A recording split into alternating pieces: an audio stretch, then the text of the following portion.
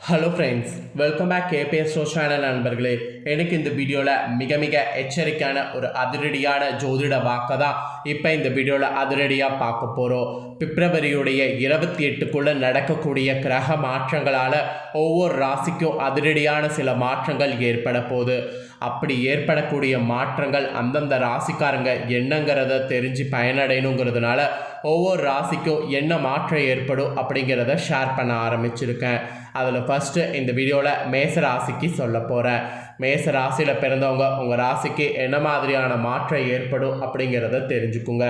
Actually மாசியுடைய மாதமானது பிறந்துருச்சுங்க. மாசியுடைய மாதமா? அது என்னடா மாசி மாதம் அப்படின்னு கேட்குறீங்களா? தமிழ் மாதம் தாங்க. தமிழ் மாதத்தில் தை மாதம் முடிந்து நெக்ஸ்ட் 11வது மாதமான மாசி மாதமானது பிறந்துருச்சு. மாசி மாதம் கரெக்டாக பிப்ரவரியுடைய 14ஆம் தேதி அன்னைக்கு பிறந்துருச்சு. பிறந்த இந்த மாசி மாதம் ஃபுல்லாகவே கிரகநிலைகளால் ஒவ்வொரு ராசிக்கும் தலையெழுத்து மாறும். அதனால் பிப்ரவரியுடைய கடைசி இந்த 15 நாட்கள் மாசி மாதமாக இருக்கிறதுனால மேசராசியில் பிறந்தவங்களுக்கு மாசியில் இந்த மாதிரியான பலன்கள்லாம் கிடைக்கும் என்று குறிப்பிடப்பட்ட அந்த பலனை தான் இப்போ இந்த வீடியோவில் சொல்ல போகிறேன். மாசி மாத பலனை நான் உங்கள் ராசிக்கு சொல்வதை நீங்கள் தெரிஞ்சுக்கிறதுக்கு முன்னாடி மாசி மாதத்துக்கு உண்டான சில சிறப்புகள் இருக்குது. ஃபஸ்ட்டு மாசி மாதத்துக்கு உண்டான சிறப்புகள் என்னென்ன அப்படிங்கிறத உங்களுக்கு சொல்கிறேன். முதல்ல மாசி மாதத்துடைய சிறப்புகளை மேஷ ராசிக்காரங்க இந்த வீடியோவில் தெரிஞ்சுக்குங்க. மாசி மாதத்தில் வரக்கூடிய ஏகாதேசியில் விரதம் இருந்தாவே மகா புண்ணியம் என்று மாசி மாதத்துக்கு ஃபஸ்ட்டு சிறப்பாக சொல்லப்பட்டிருக்கு. ஆக்சுவலி எல்லா தெய்வங்களுக்கும் சிறப்புமிக்க மாதம் என்று போற்றப்படுவது இந்த 11வது மாதமான மாசி மாதம். திருமால் மகாவிஷ்ணுவாக அவதாரம் எடுத்து மாசி மக நட்சத்திர திருநாளில் தான் என்பது புராணம். அதனால தான் மாசியில் வரக்கூடிய மகம் ரொம்ப விசேஷம். அப்புறம் மாசி மாதத்தில் வரக்கூடிய சங்கடகர சதுர்த்தி மிக விசேஷம்.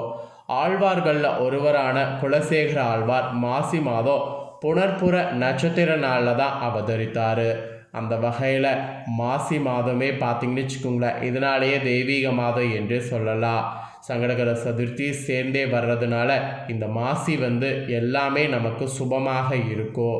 இதை எல்லாத்தை விட தாலி கைத்தின புதிதாக மாற்றிக்கொள்வது இந்த மாசியில் தான் செய்யணும் என்று சொல்லப்படும். மாசி மாதம் என்பது மன வலிமை தரக்கூடிய மாதம், மகத்துவம் நிறைந்த மாதம். இம்மாதத்தை மாங்கல்ய மாதம் என்று கூறுவாங்க.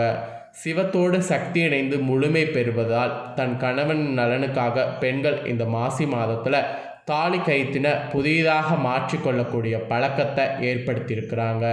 இப்பேற்பட்ட இந்த மாசி அதனாலேயே பார்த்திங்கன்னு வச்சுக்கோங்க ரொம்ப முக்கியமான மாதமாக சொல்லப்படுது. இந்தியாவில் உள்ள அனைத்து புண்ணிய தீர்த்தங்களில் சமுத்திரக்கரையில் புனித நதிகளில் மாசி மாதத்தில் அமிர்தம் நிறைந்திருப்பதாக புராணங்களில் சொல்லப்படுது.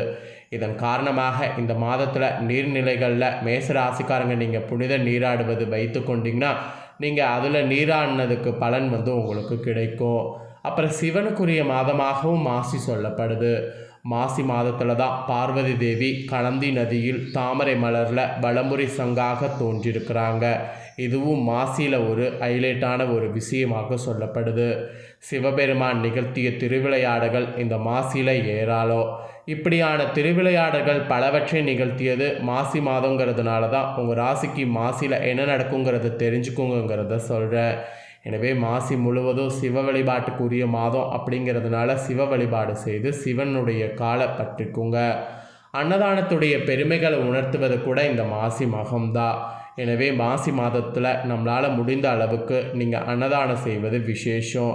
அது மும்மடங்கு பலனை நீங்கள் நார்மலாக செய்யக்கூடிய அன்னதானத்தை விட இந்த மாதத்தில் செய்கிறதுனால கிடைக்கும். அப்பனுக்கே பாட சொன்ன சுப்பையா என்கின்றது இந்த மாசியில் தான். மாசி மாத பூச நட்சத்திர தினத்தில் தான் முருகப்பெருமான் சுவாமி மலையில் தன் தந்தை சிவபெருமானுக்கு உபதேசம் செய்தார். அதனாலேயே இந்த மாசி பார்த்திங்கன்னு வச்சுக்கோங்க ரொம்ப சிறப்பு. மாசியில் ஏகாதேசி விரதமும் புண்ணியம். ஸோ மாசியில் வரக்கூடிய சிவராத்திரி மகா சிவராத்திரி இப்படி மாசி பார்த்திங்கன்னு வச்சுக்கோங்களேன் நிறைய சொல்லிக்கிட்டே போகலாம். இப்பேற்பட்ட சிறப்பு மிக்க இந்த மாசி மாதத்தில் மேஷ ராசியில் பிறந்தவங்களுக்கு என்ன நடக்குங்கிறத சொல்ல போகிறேன். மேஷ ராசியில் பிறந்தவங்களுக்கு இந்த மாசியில் அடடா மலடா பணமலடா அப்படிங்கிற மாதிரி இருக்க போகுது. உங்கள் ராசிக்கு கொட்டோன்னு பார்த்தீங்கன்னு வச்சுக்கோங்களேன், பணம் கொட்ட போகுது. எல்லா பக்கமும் பணம் தான், மெகா ஜாக்பாட் தான். ஸோ மாசி எப்படி இருக்குங்கிறத உங்களுக்கு கிளியராக இப்போ ராசி பலனாக சொல்கிறேன். இவ்வளோ நேரம் சிறப்பை தெரிஞ்சுக்கிட்டீங்க. இப்போ என்ன பலன் நீங்கள் பெற போகிறீங்கிறத இந்த கடைசி 15 நாட்களுக்கு தெரிஞ்சுக்குங்க. பிப்ரவரியுடைய கடைசி 15 நாட்களுக்கு, மாசியுடைய ஃபஸ்ட்டு 15 நாட்களாக உங்களுக்கு பலன் என்னங்கிறத தெரிஞ்சுக்குங்க.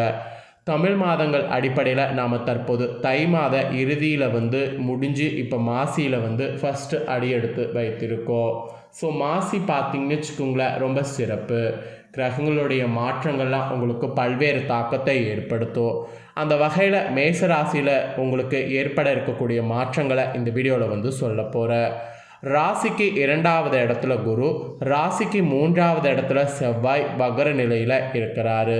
தைரிய வீரிய ஸ்தானமான 3வது இடத்துல செவ்வாய் வக்ரமாக இருக்கிறாரு. 6வது இடத்துல கேது பகவான் இருக்கிறாரு. லாபஸ்தானமான 11வது இடத்துல சனி, புதன், சூரியன் ஆகிய 3 கிரகங்கள் இருக்கிறாங்க. விரயஸ்தானமான 12வது இடத்துல சுக்கிரன் மற்றும் ராகு இணைகிறாங்க. ஸோ இந்த மாதிரிலாம் கிரகங்கள் உங்களுக்கு இருக்குது. ஆக்சுவலி சுக்கிரன் இந்த மாசியில் உச்சத்தில் இருக்கிறாரு. அதே சுக்கிரன் இந்த மாசி மாதம் வக்ரமாகவும் போகிறாரு. அதனால் இந்த மாசி மாதம் நிறைய மாற்றங்கள் உங்கள் வாழ்க்கையில் காண போகிறீங்க. லாபஸ்தானத்தில் சூரியன் இருக்கிறதுனால அற்புதமான பலன்கள் உங்களுக்கு கிடைக்க போகுது. மாசியில் கரெக்டாக 12ஆம் தேதி, அதாவது ஆங்கில தேதிப்படி இந்த பிப்ரவரி 24, 2, 2025 அன்னைக்கு ராசியதிபதியான செவ்வாய் வக்ர நிவர்த்தி அடைகிறாரு. இதனால் ஓரளவு உங்களுக்கு பிரச்சனைகள்லேருந்து தீர்வானது கிடைக்க ஆரம்பிக்க போகுது. அப்புறம் மாசியில் 15ஆம் தேதி கரெக்டாக ஆங்கில தேதிப்படி 27, 2, 2025 அந்த நாள் அன்னைக்கு புதன் பயிற்சி ஆகுது. மீனராசியில் புதன் நீச்சமாக போகிறாரு. அங்கு சுக்கிரன் உச்சத்தில் இருப்பதோடு பரிவர்த்தனையும் நடக்குது. இது உங்களுக்கு நீச்ச பங்கு ராஜயோகத்தை கிடைக்க செய்யும். இந்த மாதிரி கிரக மாற்றங்களால் உங்களுக்கு நிறைய விஷயங்களில் மாற்றம் ஏற்படும். மெயினாக சூரியன் 11வது இடத்துல இருந்து சனி பகவானை அஸ்தமனம் செய்கிறதுனால குழந்தை பாக்கியம் இல்லாமல் கஷ்டப்படக்கூடிய மேஷ ராசிக்காரங்களுக்கு குழந்தை பெரு கிடைக்க போகுது. அப்புறம் மனதுக்கு பிடித்த காரியங்கள்லாம் உங்களுக்கு நிறைவேறும். உங்களுடைய குழந்தைகளுக்கு இருந்த திருமண தடெல்லாம் நீங்கி திருமண வாய்ப்பு கைகூடும். அப்புறம் அரசு சம்மந்தப்பட்ட விஷயங்களில் இருந்த தடைகள்லாம் நீங்கி வெற்றியானது உங்களுக்கு கிடைக்கும். இந்த காலத்தில் வீடு வாகன விஷயங்களில் நீங்கள் திட்டமிட்டவை நிறைவேற அதிக வாய்ப்பு இருக்குது. குழந்தைகளுடைய செயல்களால் உங்களுக்கு மதிப்பு மரியாதையானது கிடைக்க போகுது. பங்கு சந்தை சம்பந்தப்பட்ட காரியங்கள் முதலீடெல்லாம் நீங்கள் சற்று கவனமாக இருக்க வேண்டும். திட்டமிட்டு செயல்பட்டால் நல்ல லாபம் கிடைக்கும். அரசு துறைகளோடு இணைந்து கான்ட்ராக்ட் எடுத்து பணியாற்றி வருபவர்களுக்கு நல்ல யோகமானது கிடைக்கும். நிலம் வாங்குவதற்கான வாய்ப்பு இருக்குது. நிலத்தில் செய்யக்கூடிய முதலீடு நல்ல லாபத்தை தரும். சூரியன் 11வது இடத்துல இருக்கிறதுனால அனைத்து தோஷங்களும் உங்களுக்கு நீங்கி நிவர்த்தியாகும். உங்களுடைய வேலைக்கு நீங்களே இறங்கி முயற்சி செய்தால் வெற்றியானது கிடைக்கும். சோர்வடைந்தால் வெற்றி கிடைக்காது. செவ்வாய் வக்ரமாக இருக்கிறதுனால பிடிவாதம் அதிகரிக்கும். காது, மூக்கு, தொண்டை சம்பந்தப்பட்ட தொந்தரவுகள் நீங்கும். உங்களுடைய தொலைந்து போன ஆவணங்கள்லாம் கிடைக்கும். இந்த காலத்தில் புதிய மாற்றங்களை தேர்வு செய்யாமல் இருக்கிறது உங்களுடைய லைஃப்க்கு நல்லது. அக்கம் பக்கத்தினரோடு கவனமாக பழக வேண்டும்.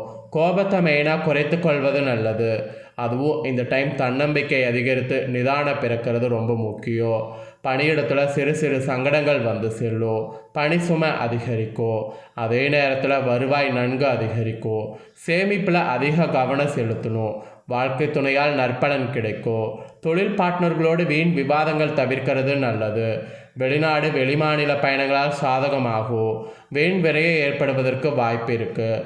மன நிம்மதிக்கு அருகில் உள்ள தட்சிணாமூர்த்தி கோவிலுக்கு இந்த டைம் சென்று நெய் தீபம் ஏற்றுங்க. சங்கடங்கள் நீங்கி சாதனை படைக்க முடியும். இது ஒரு பரிகாரமாக சொல்லப்பட்டிருக்கு. இந்த பரிகாரத்தை மறக்காமல் மேஷ ராசிக்காரங்க ட்ரை பண்ணுங்கள். ஸோ மேஷ ராசிக்காரங்க உங்களுக்கு இந்த மாசி மாதம் என்ன மாதிரியாக இருக்க போகுது அப்படிங்கிறத நான் உங்களுக்கு தெளிவாக எக்ஸ்பிளைன் பண்ணிட்டேன். எக்ஸ்பிளைன் பண்ணதை நீங்கள் தெரிஞ்சிருப்பீங்க. ஸோ தெரிஞ்சதுக்கேற்ப நடந்து பயன்பெறுங்க. நீங்கள் இதை தெரிஞ்சு பயனடைகிறது போல் உங்கள் ஃப்ரெண்ட்ஸ் ஃபேமிலியில் இருக்கிறவங்களும் தெரிஞ்சு பயனடையணும்னு நினச்சிங்கன்னா வீடியோ லைக் பண்ணி ஷேர் பண்ணுங்கள். வீடியோவை உங்கள் ஃப்ரெண்ட்ஸ் ஃபேமிலியில் இருக்கிறவங்களும் பார்க்கட்டும். அவங்களும் அவங்களோட ராசி மேஷ ராசியாக இருந்ததுன்னா இந்த பலனை தெரிஞ்சு இதற்கேற்ப நடந்து பலனடையட்டும். நெக்ஸ்ட்டு நம்ம சேனலில் நிறைய வீடியோ போடப்படும். அதை எல்லாத்தையுமே உடனுக்குடனே தெரிந்து கொள்ள மறக்காமல் நம்ம சேனலை சப்ஸ்கிரைப் பண்ணுங்கள். கூட பெல் பண்ண ப்ரெஸ் பண்ணுங்கள். அதை பண்ணிட்டீங்கன்னா நான் போகிற மற்ற அப்டேட்டான எல்லா வீடியோஸும் உடனுக்குடனே தெரிந்து கொள்ளலாம். ஸோ மறக்காமல் பண்ணுங்கள். நெக்ஸ்ட்டு இதே போல் சுவாரஸ்யமாக வேறொரு வீடியோவில் வந்து உங்களை சந்திக்கிறேன். தேங்க்யூ.